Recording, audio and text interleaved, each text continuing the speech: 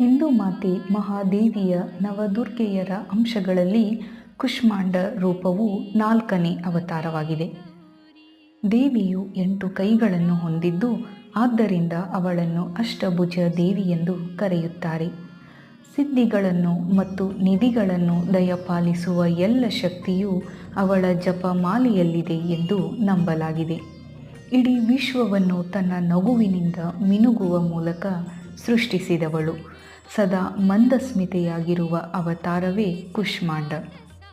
ಬ್ರಹ್ಮಾಂಡವೆನ್ನುವ ಚೈತನ್ಯ ಶಕ್ತಿಯನ್ನೇ ತನ್ನ ಒಡಲಿನಲ್ಲಿ ಇಟ್ಟುಕೊಂಡವಳು ಎಂದರ್ಥ.